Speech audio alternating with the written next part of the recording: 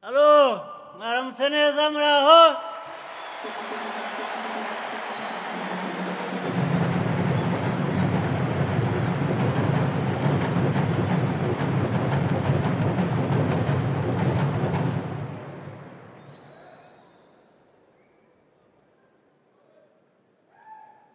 Leaders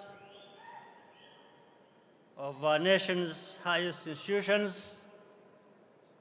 honored guests, including chiefs of defense staff,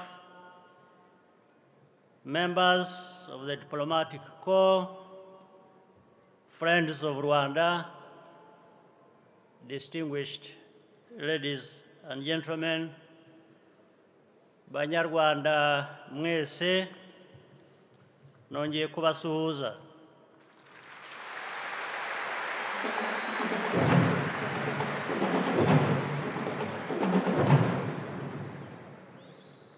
Mpereye no kuri aha turi ni kimwe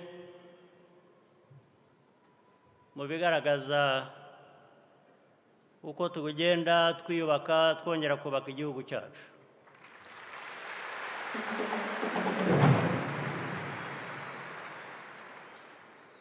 Abanyarwanda rero ndagira ngo munyihanganire kuri byinshi nze gukoresha ururimi rw'amahanga,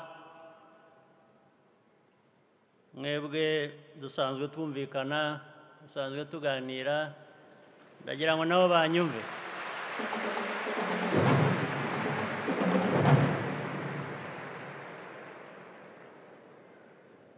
Ndagira ngo abandi batumva Ikinyarwanda banyumve batagombye gusemurirwa.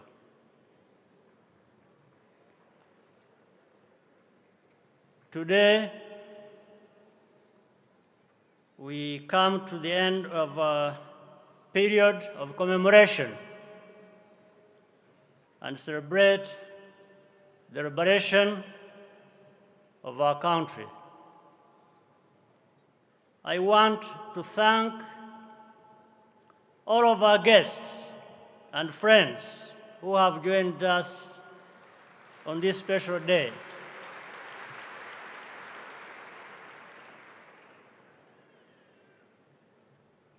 Rwandans today are better and stronger than we have ever been.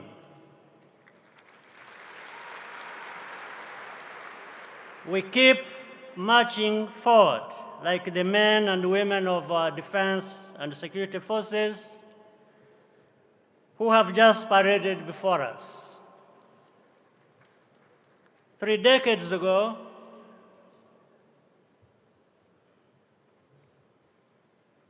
this building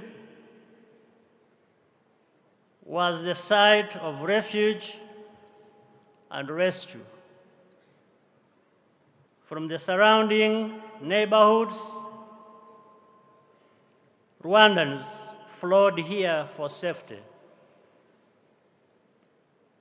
and many were saved, thanks to the Rwandan Patriotic Army.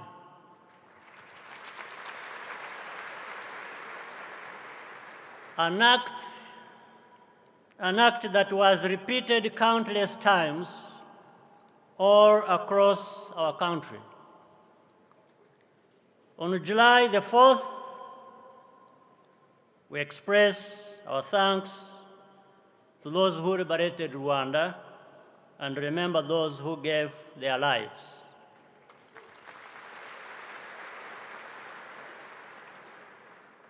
Our army and security forces are a powerful symbol of unity and safety. In opinion surveys ranking trust in public institutions, Rwandans consistently rate our security forces among the highest. That is no accident. After the genocide, the first encounter that most Rwandans had with the new authorities was with our army. The situation in the country was still extremely tense and dangerous. Yet, our forces did everything in their power to treat all Rwandans with professionalism and humanity, setting the tone of everything that followed. Even today, they remain close to the community and invest in projects that matter to our development, such as infrastructure and medical services. This pact of trust, which we call igihango, is indeed the solid foundation upon which our country was rebuilt. It was not easy. Remaining principled and consistent is hard, very difficult. But that product of doing hard things is absolutely beautiful. By nature,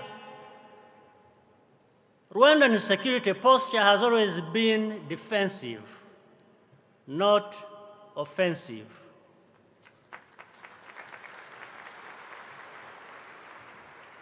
We only act when trouble is brought to us. We prioritize cooperation and working together. Rwanda seeks peace for ourselves and for everyone in our region. We know the value of peace just as well as anyone else, maybe even more. Where there is a need for humanitarian action, Rwanda will not be absent.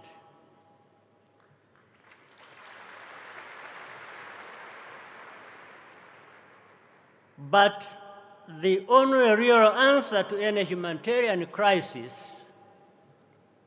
is to fix the root cause of the political problem. Humanitarian response cannot substitute for political solutions. If we had not changed the formula here in Rwanda, for sure, our country would still be under a United Nations peacekeeping force, divided and destitute. Liberation cannot be imposed on people by force or fear. It is unlocked by a free choice that each citizen makes in their heart. Because Rwandans, with very few exceptions, have freely made this choice, our country is at peace and will remain at peace no matter what.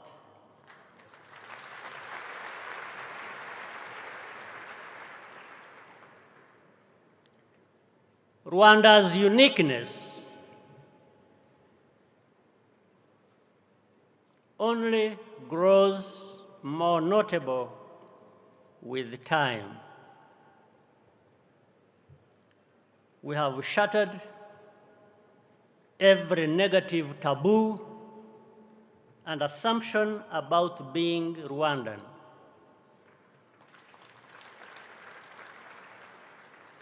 Our politics today is based on accountability and ambition.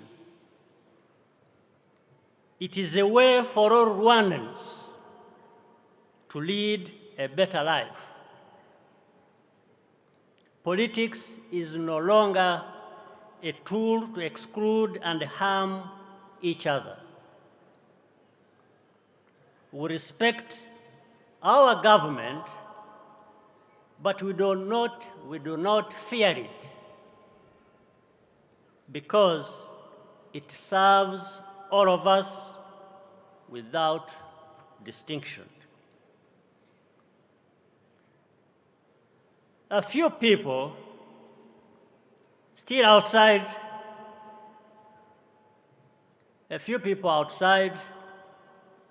still do not understand Rwandans. Some of them even try to spoil what we are building, and we see it. But all those negative efforts produce no results. They are just words on internet or statements somewhere in different high offices with no power over us at all.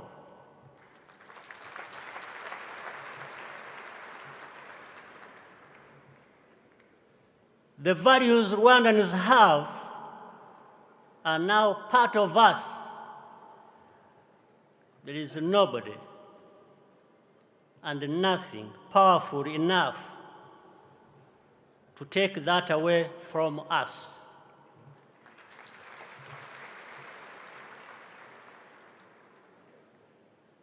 The end point of the liberation struggle was to build a state in which each of us is valued and citizens are always at the center of government action. Even though Rwandans have made huge strides towards this mindset, we must remain vigilant. I'm addressing this message in particular to Rwanda's young people, especially those born over the last 30 years. This country is yours to protect, defend, and make prosperous.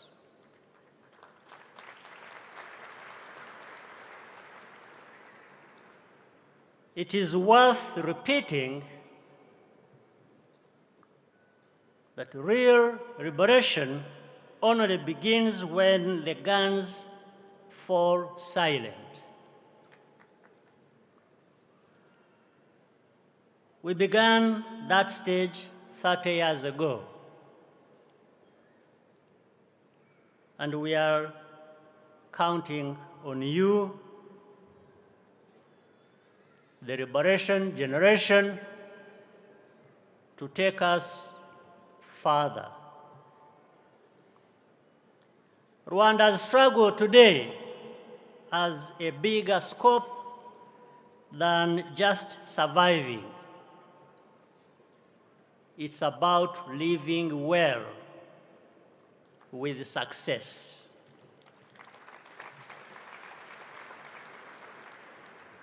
Succeeding against poverty, dependence, and indignity. Succeeding as an upright nation of Africans who play our part to build a better continent and a fairer world. You have the freedom and the opportunity to live the lives you want. But wherever your life takes you, remember your duty to uphold the good politics we have built. Speak up, take part, and give back.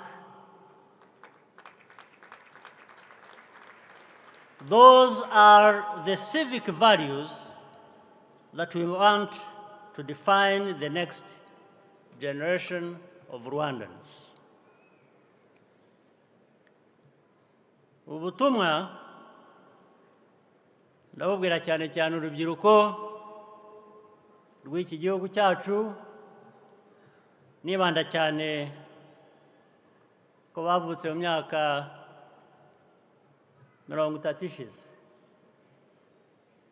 cyangwa mbere yaho gato bakiri bato.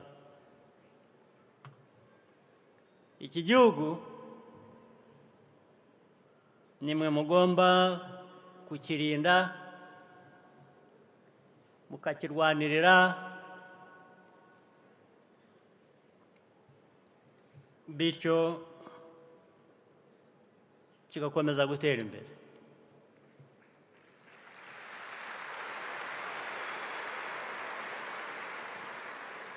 Byari ngombwa kubisubiramo.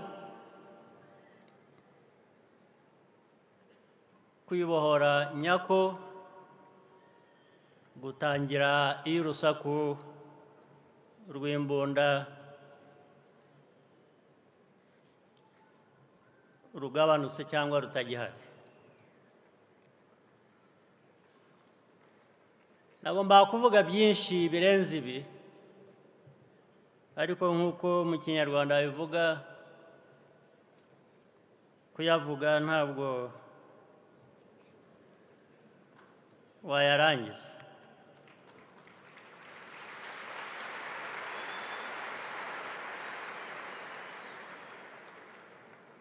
Ibindi tuzashaka umwanya tubivugira ahandi cyangwa undi munsi.